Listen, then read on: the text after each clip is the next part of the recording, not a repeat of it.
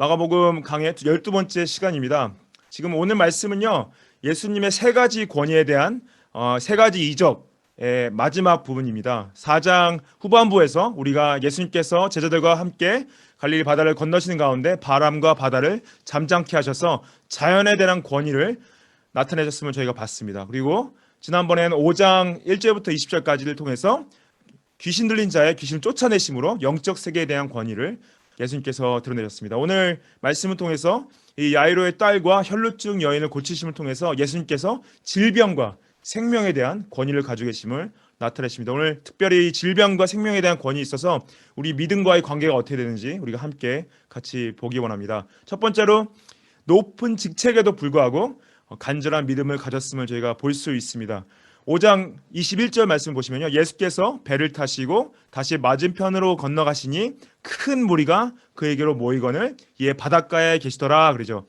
바닷가에서 비유 말씀을 전하시고 반대편 바다로 오실 때 강풍을 만나셨었죠. 그리고 거기 사역을 마치시고 다시 또 맞은편인 서쪽으로 건너가셨습니다. 이 서쪽의 가버나움이 예수님께서 갈릴리 사역의 갈릴리 선교의 전진기지와 같은 곳이었습니다. 그곳에 큰 무리가 모였다. 이것은 아직도 가버나움에서 예수님을 따르는 사람들이 많았던 거죠. 예수님을 향해서 계속 호의적이고 예수님을 지속적으로 따랐음을 저희가 볼 수가 있습니다. 22절에 보시면은 회당장 중에 하나인 야이로라 하는 이가 와서 예수를 보고 발 아래 엎드렸다 그래요. 이 바닷가에서 한 사람이 급하게 달려 나왔는데 회당장 중에 하나 야이로, 그래서 one of the rulers of synagogue, 이 회당의 리더 중에 한 명이었던 거죠. 이 회당을 관리하는 리더였는데 제사장과 다르게 예배에 관한 제반 업무를 관리하는 직책이었습니다. 굉장히 존경받고 존중받는 직책인 회당장이 직책이었는데요.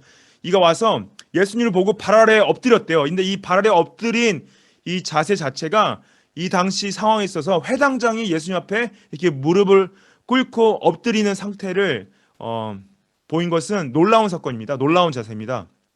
당시 사회적으로 문화적으로 덕망이 높은 직책을 가진 사람이 예수님 앞에서 엎드린 것은 뭐냐? 예수님을 향해서 최대한 낮추고 최대의 존경을 표시한 거죠. 그래서 이 유대인 리더로서 예수님께 이러한 행동을 한 것은 모든 사람을 놀랍게 할 수 있는 장면이었습니다.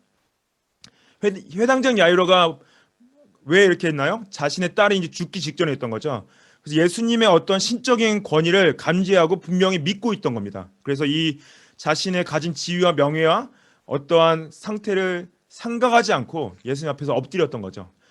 23절에 간곡히 구하여 이르되 내 어린 딸이 죽게 되었사오니 오셔서 그 위에 손을 얹으사 그로 구원을 받아 살아나게 하소서 그래요. 간곡히 구하여 이뤘다. 영어로 보시면 implored Jesus earnestly. 간절한 마음으로 간청했다. 왜냐? 자신의 딸이 죽게 된 거죠. 여기서 딸이 이 마가가 어린 딸이라고 표현했는데요. 누가는 이 소녀가 12살이라고 12살인 외동딸이라고 표현을 했고요. 마태는 이제 곧 죽게 된 상태라고 기록을 했습니다. 그리고 긴박하고 위급한 상태를 말하는 거죠. 마가도 나중에 이제 이 딸의 나이를 12살이라고 이제 말을 하긴 하는데요. 이 회당장 야이로가 뭐라고 고백합니까? 예수님께서 오셔서 내 딸한테 손만 얹으셔도 우리 딸이 살겠습니다. 우리 딸이 죽지 않겠습니다. 이 믿음의 고백인 거죠. 여기서 특별히 그로 구원받아 살게 하소서 표현, 이제 영어로는 she may be made well and live, 이렇게 여기서 이 구원받아 살게 하소서 made well이라는 이 단어 자체가요, 헬라어로 보시면은 소조라는 단어인데 구원인데 어떤 질병으로부터 구원뿐만 아니라 어려운 상황에서부터 구원, 또 특별히 영혼의 구원까지 설명할 때 쓰는 구원이라는 단어입니다. 그래서 영어로 보시면은 치료되게 하소서라고 이제 해석할 수도 있는데 한국말로 번역했을 때 이 소서 자체를 구원받아 살게 하소서 이렇게 표시했어요. 이 단어가 굉장히 중요합니다. 소서라는 단어가 오늘 얘기 전체에 반복적으로 계속 등장합니다. 24절에 보시면은 이에 예수님께서 야이로와 함께 가셨습니다. 큰 무리가 따라가서 에워싸고 밀었다 그러죠. 예수님께서 야이로의 요청을 받으시고 그래 같이 가자. 내가 너희 딸한테 가겠다. 해서 같이 나갔습니다. 야이로가 물론 자신의 딸을 살리기 위해서 예수님께 엎드린 행동이 당연하게 보일 수 있어요. 근데 이것은요, 당시 유대인으로서 예수님이 누구신지에 대한 믿음이 없었으면은 할 수 없는 힘든 행동이었습니다. 이 야이로는 예수님이 누구신지와 예수님의 능력을 분명히 믿고 있던 거죠. 그래서 자신의 모든 체면과 위치와 능력을 다 내려놓고 겸손하게 예수님께 엎드렸던 것입니다. 혹시 세상적인 체면이나 사회적인 위치로 인해서 예수님을 믿는 그리스도인이라 고백하는 것을 부끄러워하시거나 알리지 않은 적이 있으신가요? 아니면 친구들의 관계나 어떤 사회적 관계 가운데서 예수님을 믿는 그리스도인이라 고백하는 것을 부끄러워하지는 않으셨나요? 야이로는 이 회당장 야이로는 모든 사람들이 보는 앞에서 예수님 앞에 엎드려 순복했습니다. 이것은 예수님을 향한 믿음의 표현인 거죠. 이건 예수님을 인정한 겁니다. 예수님을 시인한 겁니다. 예수님을 하나님의 아들로 메시아로 인정한 겁니다. 예수님께서 마태복음 10장 32절에 이렇게 말씀하세요. 누구든지 사람 앞에서 나를 시인하면 나도 하늘에 계신 내 아버지 앞에서 저를 시인할 것이다. 우리가 예수님을 사람들 앞에서 나의 삶의 주인은 예수님이야 고백하면 예수님께서 하늘에서 하나님 아버지 앞에 우리를 시인한다고, 우리를 인정하신다 말씀하십니다. 이 상황이, 우리가 처한 상황이 야이로처럼 절박한 상황은 아니지만은 우리가 예수님께 나아갈 때 이 야이로와 같은 간절한 마음을 가지고 있어야 됩니다. 왜 우리가 하나님께 나아갈 때, 예수님께 나아갈 때 간절한 마음이 사라지는 걸까요? 제 생각에는 우리가 삶이 좀 편해서 하나님 없이도 잘 살 수 있겠다는 교만한 마음이 생길 때 그런 간절한 마음이 사라지는 게 아닐까요? 살만하네. 하나님 뭐 있건 없건 크게 상관없네. 그런 마음 때문에 혹시 우리의 간절함이 사라지는 건 아닐까요? 우리 안에 간절한 믿음이 사라지지 않았으면 좋겠습니다. 하나님을 향한 갈급함, 하나님, 우리 상황이 어떻든, 우리 환경이 어떻든, 우리가 힘든 일이 있건 어려운 일이 있건 힘들지 않고 편안하고 아무런 문제가 없건 하나님 없이는 살 수 없습니다. 하나님만이 나의 구원 되십니다. 하나님만이 나의 정말 진정한 소망이 되십니다. 이러한 고백이 우리 안에 있으면 좋겠습니다. 특별히 우리 주위에 가족분들이나 친구분들 중에 예수님을 아직 만나지 못하시고 구원을 받지 못하신 분들이 계시다면은 이 회당장 야이로가 딸을 위해 예수님께 간청하듯이 간절하게 이들의 구원을 위해 기도해야 됩니다.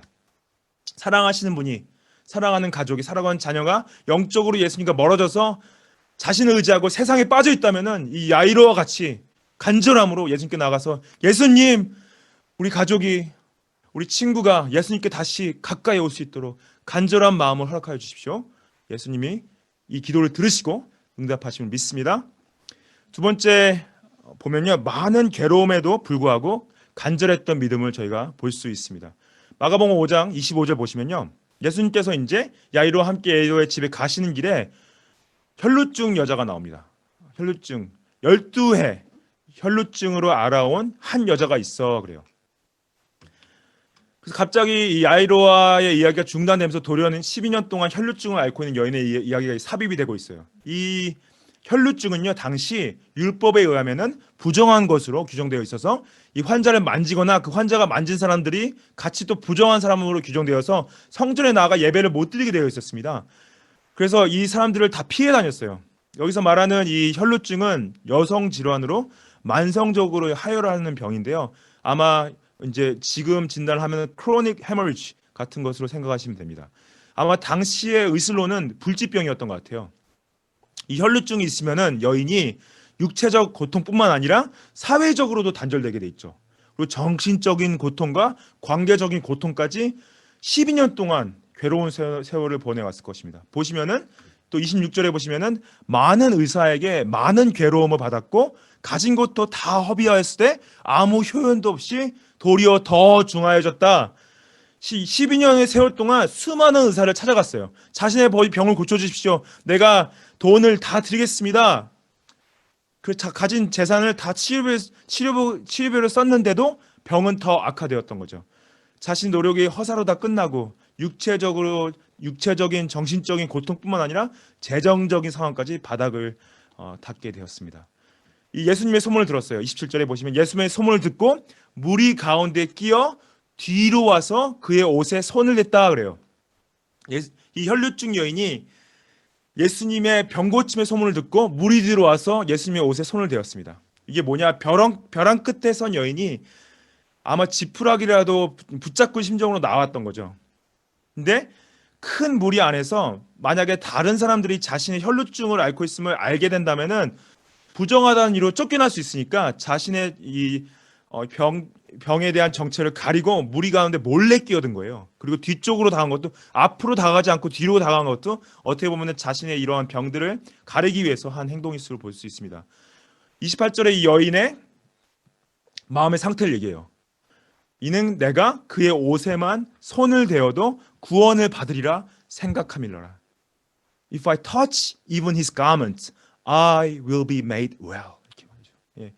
그녀는 여기서 아까 말씀드린 그 소소라는 단어가 또 나옵니다. 손을 대으면은 내가 나음을 얻으리라 이렇게 생각하셔도 되는데요. 한국말로도 구원을 받으리라 생각 단어가 쓰여 있죠. 그래서 아까 회당장 야이로가 자신의 딸을 구원해달라, 물론 죽음에서 구원해 이제 병에서 구원해달라 하는 거였지만은 소소라는 단어 썼듯이 똑같은 소소라는 단어를 여인이 내가 손만 대어도 구원을 받으리라 말씀하신 거예요. 예. 그래서 이 I will be made well, 물론 자신의 혈루증으로부터 구원을 말하는 거지만은 이 마가가 이 단어를 썼을 때는요, 예수님의 구원이 육신뿐만 아니라 영적인 구원을 포함한 전인격적인 구원을 말함을 알 수가 있습니다. 29절에 보시면은 이에 손을 댔어요.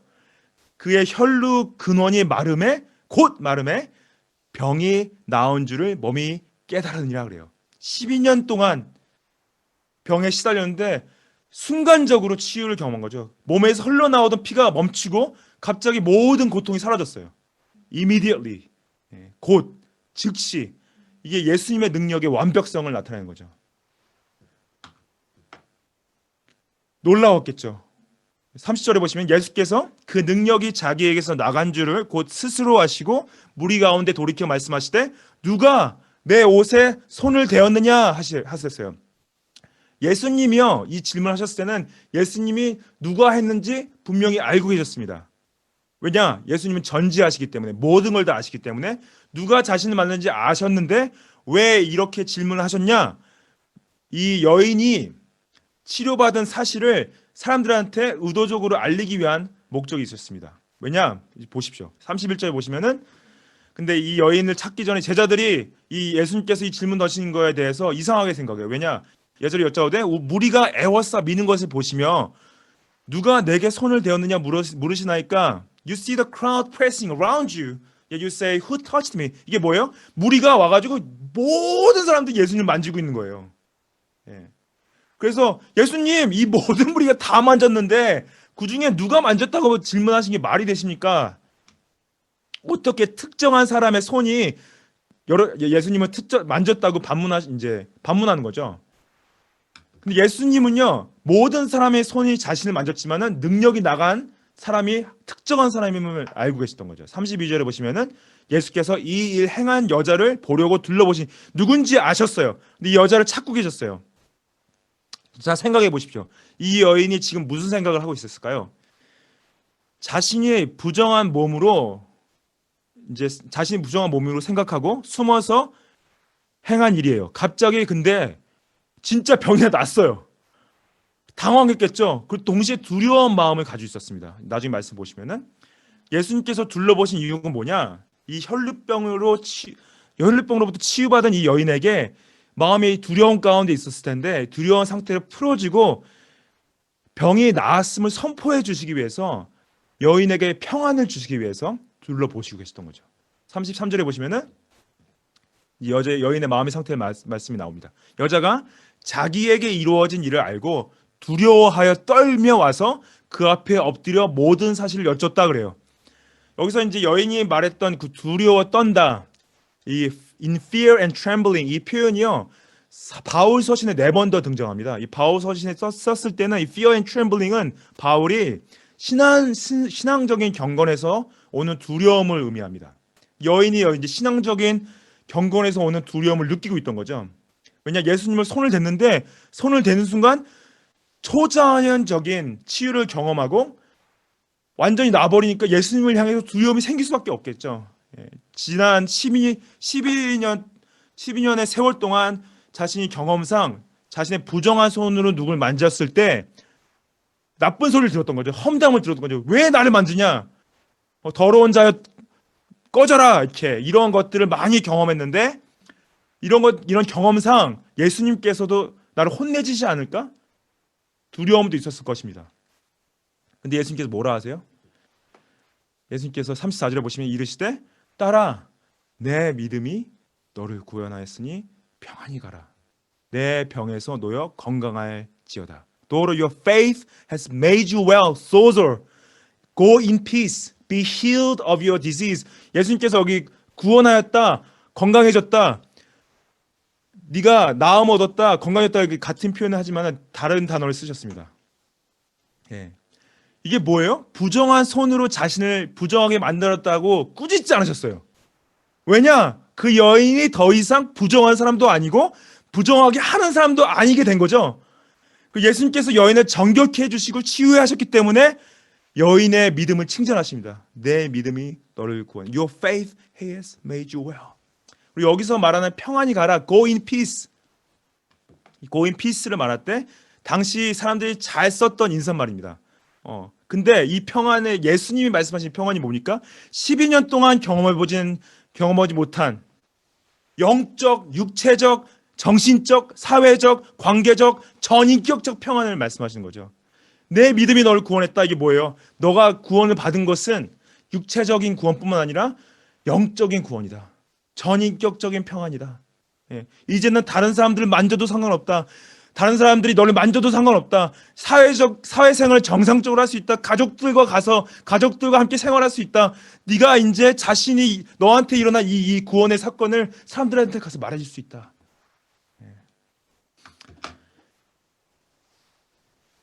혈루증을 치료하기 위해서 많은 의사를 찾아갔습니다.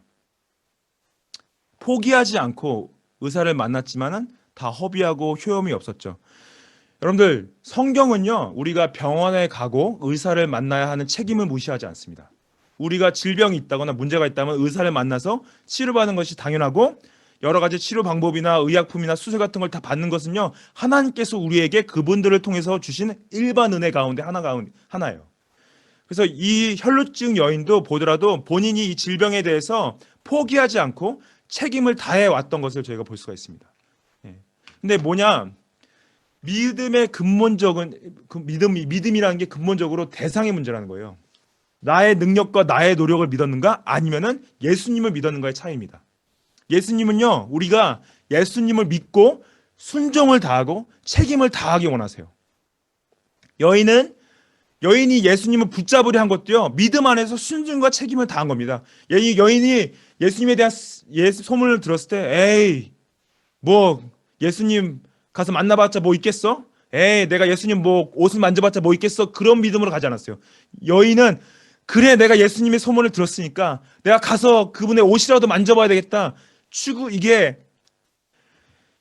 포기하지 않았던 거죠. 12년 동안 긴 고통 가운데서 삶을 포기할 수 있었고 그냥 그대로 살다가 죽을 수 있었지만은 예수님 안에 소망을 발견했을 때 놓치지 않았습니다.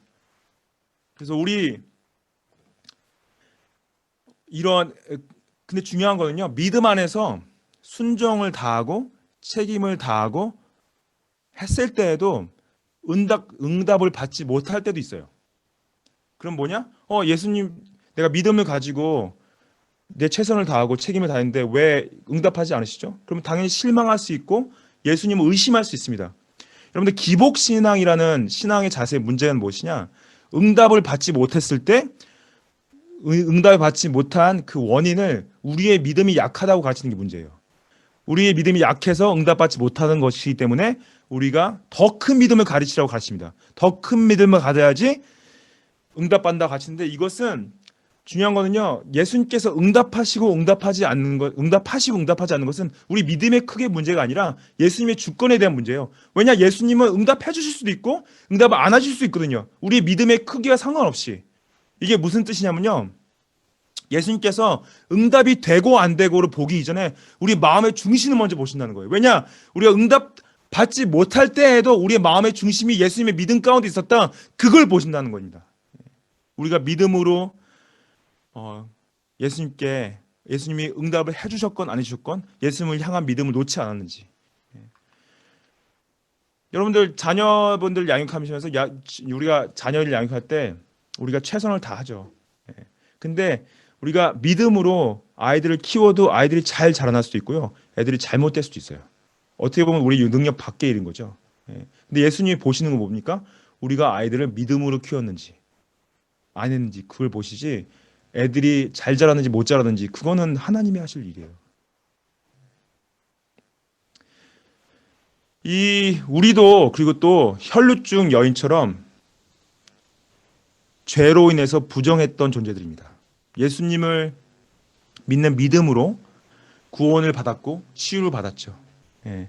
예수님의 구원의 능력으로 우리 정결하게 됐고 의롭게 됐습니다. 이 은혜의 깊이를 아는 것이 우리의 믿음을 간절하게 만들죠. 예. 이 은혜의 깊이를 얇게 보시면은 간절함이 절하고, 은혜의 깊이가 깊을수록 우리의 간절함이 더 깊어질 수밖에 없지. 나 같은 죄인을 살리신 그 예수 그리스도의 은혜, 어떻게 나처럼 정말 악한 죄인을 예수님께서 은혜로 살려주셨는지 주 없이 살 수 없습니다.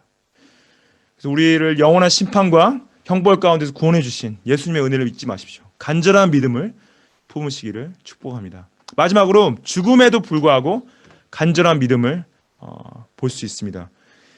마가복음 이제 35절 보시면은 아직 예수께서 말씀하실 때 회당장의 집에서 사람들이 와서 회당장에게 이르시되 당신의 딸이 죽었나이다 어찌하여 선생을 더 괴롭게 하시나이까. 그래요. 아직 예수께서 말씀하실 때는 아직 예수님께서 혈루병 여인과 말씀하시는 중이라 말씀하셨던 거예요. 그리고 이 회당장 집에 일꾼들이 와서 야이로한테 말합니다. 야이로요, 회당장이요, 당신의 딸이 이미 죽었습니다. 어찌하여 선생을 더 괴롭게 하는 게 뭐냐? 이제 더 이상 예수님을 집으로 모시고 올 필요가 없습니다. 예수님을 더 귀찮게 하지 마십시오. 괴롭게 하지 마십시오. 예, 그래서 이 야이로 일꾼들은 어떻게 보면 예수님에 대한 예의를 지키는 태도예요.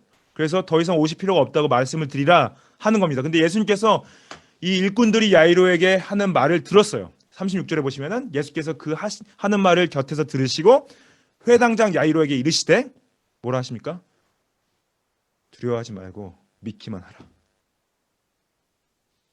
Do not fear, only believe. 염려하지 마. 믿기만 해. 흔들리지 마. 내가 처음 가졌던 그 믿음 그대로 굳게 간직해. 이렇게 말씀하시는 거죠. 37절에 보시면 베드로와 야고보의 형제 요한 외엔 아무도 따라옴을 허락하지 않으십니다.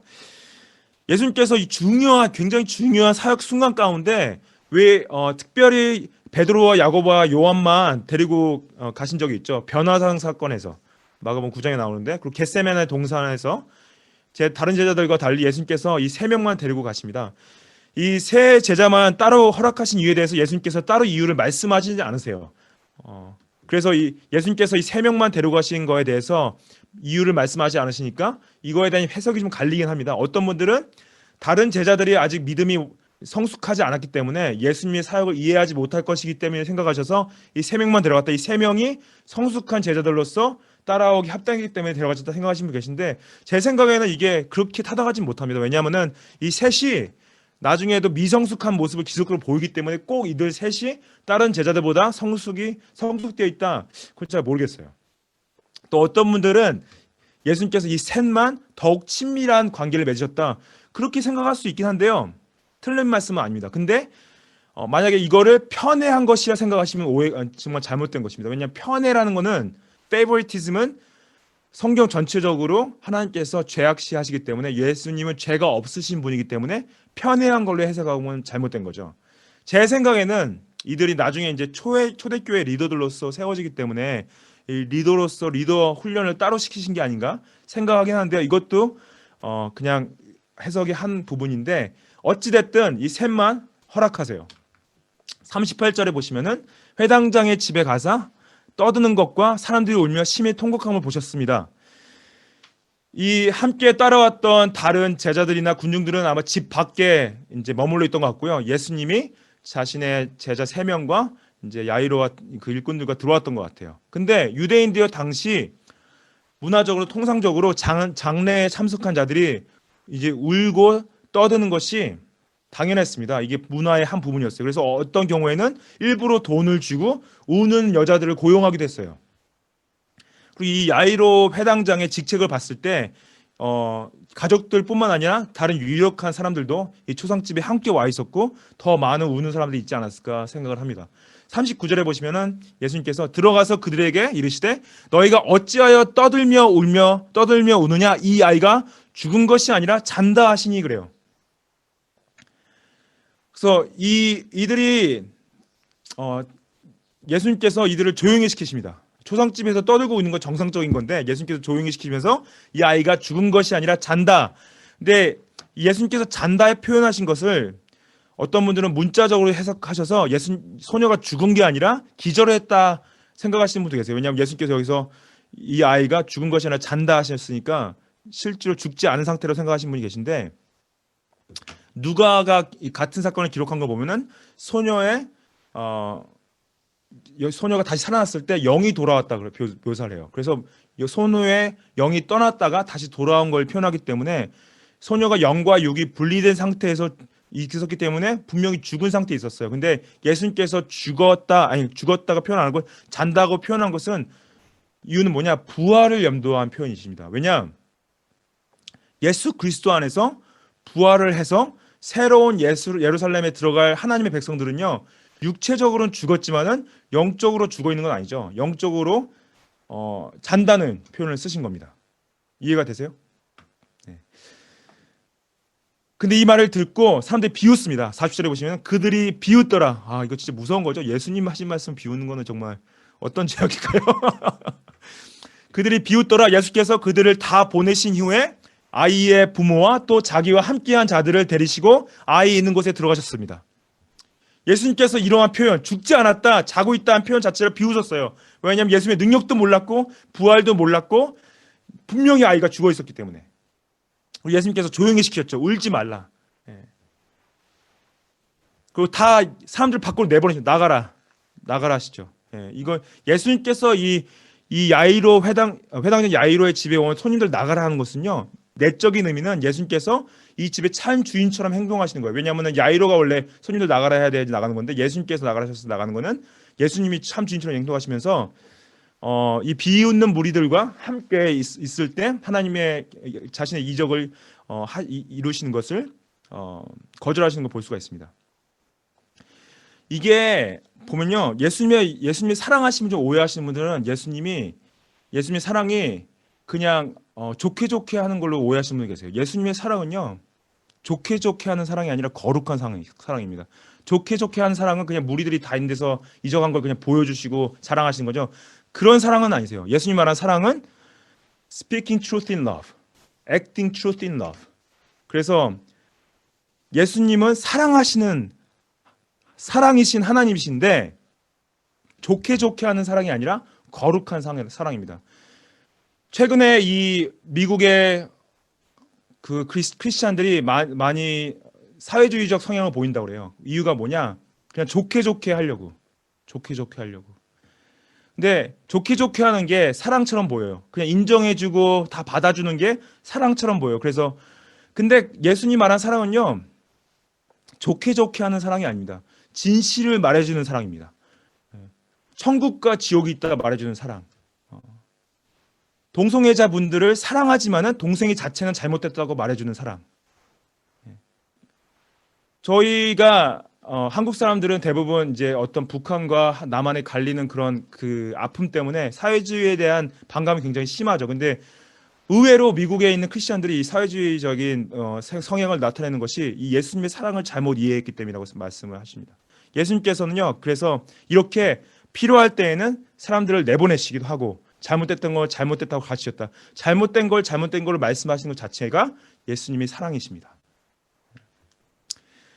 그래서 부모와 베드로와 야고보와 요한을 데리고 아이가 죽어 있는 곳으로 들어가셨어요. 5명만 데리고 들어가셨음을 마가복음이 기록하고 있는데 예수님이 어떻게 하시면 41절에 아이의 손을 잡고 이르시되 달리다굼 하시니 번역하면 곧 내가 내게 말하니 소녀야 일어나라 그러세요. 이 떠들고 울고 조사하던 사람들이 사라지고 조용한 가운데서 예수님께서 아이의 손을 잡으셨습니다. 야이로는 예수님께 뭐라 했어요? 예수님께서 우리 딸에게 손만 얹으셔도 구원을 얻을 것입니다. 근데 예수님께서 손을 얹는 것 대신에 손을 잡아주셨어요. 예, 손을 잡아주셨어요. 이건 뭐냐면은 사랑의 표현이고 애정의 표현입니다. 손을 잡으시면서 달리다굼, 이거는 유대인들이 사용했던 아람어의 히브리어 표기예요. 그래서 달리다는 탈리사, 소녀야, 쿰은 일어나라. 그래서 이 마가복음만 이 표현을 기록하고 있습니다. 탈리다굼, 소녀야 일어나라. 이 즉시 소녀가 42절에 보면 소녀가 곧 일어나서 걸으니 나이가 12살이라 사람들이 곧 크게 놀라거늘 그럽니다. 이 소녀가 곧 일어났다. 그래서 예수님의 생명의 권위가 그냥 병을 고치는 권위뿐만 아니라 죽은 자를 살릴 수 있는 권위, 떠났던 영을 다시 집어넣을 수 있는 권위, 이 권위가 즉각적으로 말로 되는 거죠. 그리고 여기가 나이가 12살이다 한 표현이요. 이 12이라는 표현이 그냥 아무 의미 없는 표현이 아니에요. 여러분들 아까 그 혈루증 앓은 여인이 몇 년 동안 알았습니까? 12년 동안 알았죠. 이 아이가 태어났을 때부터 이 아이가 지금 바로 죽음을 경험할 때 12살, 12년 동안, 그래서 12가 나오는데 이 12라는 표현 자체가 그 완전성을 얘기합니다. 그래서 예수님의 생명에 대한 권위와 병마에 대한 권위의 완전성. 43절에 보시면 예수께서 이 일을 아무도 알지 못하게 하라고 그들을 많이 경계하시되 그 소녀에게 먹을 것을 주라 하세요. 아무에게도 알리지 말라는 경고를, 명령은요, 예수님께서 이적을 베푸시면서 자주 반복적으로 하신 이유가 있습니다. 왜냐? 물론 이 일을 밖에 있는 사람들도 다 알게 되죠. 다 알게 되고 또 사람들이 다 이 소문이 돌긴 할 텐데 항구한 목적은 뭐냐? 중요한 이제 이유는요, 때가 찰 때까지 자신을 죽이려고 하고 있는 유대인들을 자극하지 않으려는 의도가 있으십니다. 왜냐하면 나중에 결국 예수님께 십자가로 가야 될 부분이 있기 때문에 그때 어떤 그런 긴장감이 고조가 되는 부분이 있어서 아직은 그때가 아니라서 자신을 죽이려는 유대인들을 자극하지 않는 의도가 있습니다. 소녀가 이제 오랜 질병으로 인해서 제대로 먹지도 못했나 봐요.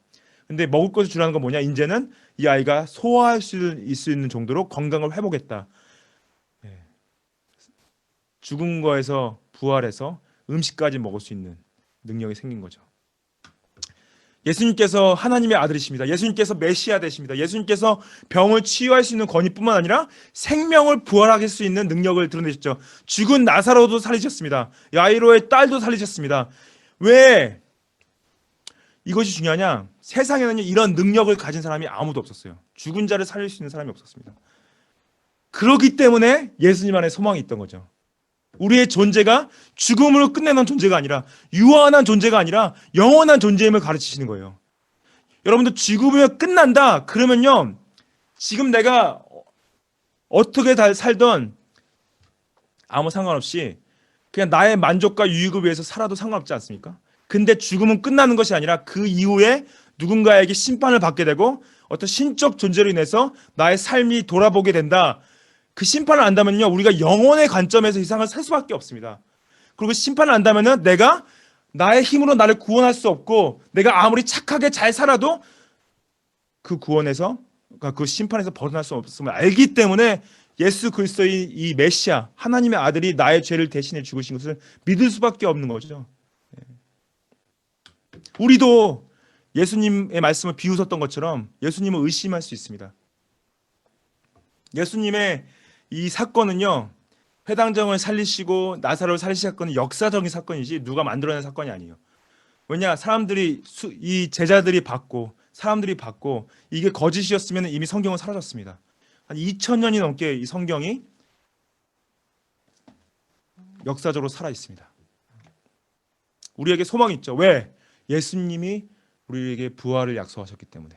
로마서 8장 11절에 이렇게 써 있습니다. 예수를 죽은 자 가운데서 살리신 이의 영이 너희 안에 거하시면 그리스도 예수를 죽은 자 가운데서 살리신 이가 너희 안에 거하시는 그의 영으로 말미암아 죽을 몸도 살리리라. If the spirit of him who raised Jesus from the dead dwells in you, he who raised Christ Jesus from the dead will also give life to your mortal bodies through his spirit who dwells in you. 여기서 이 로마서 8장 11절 말씀은요.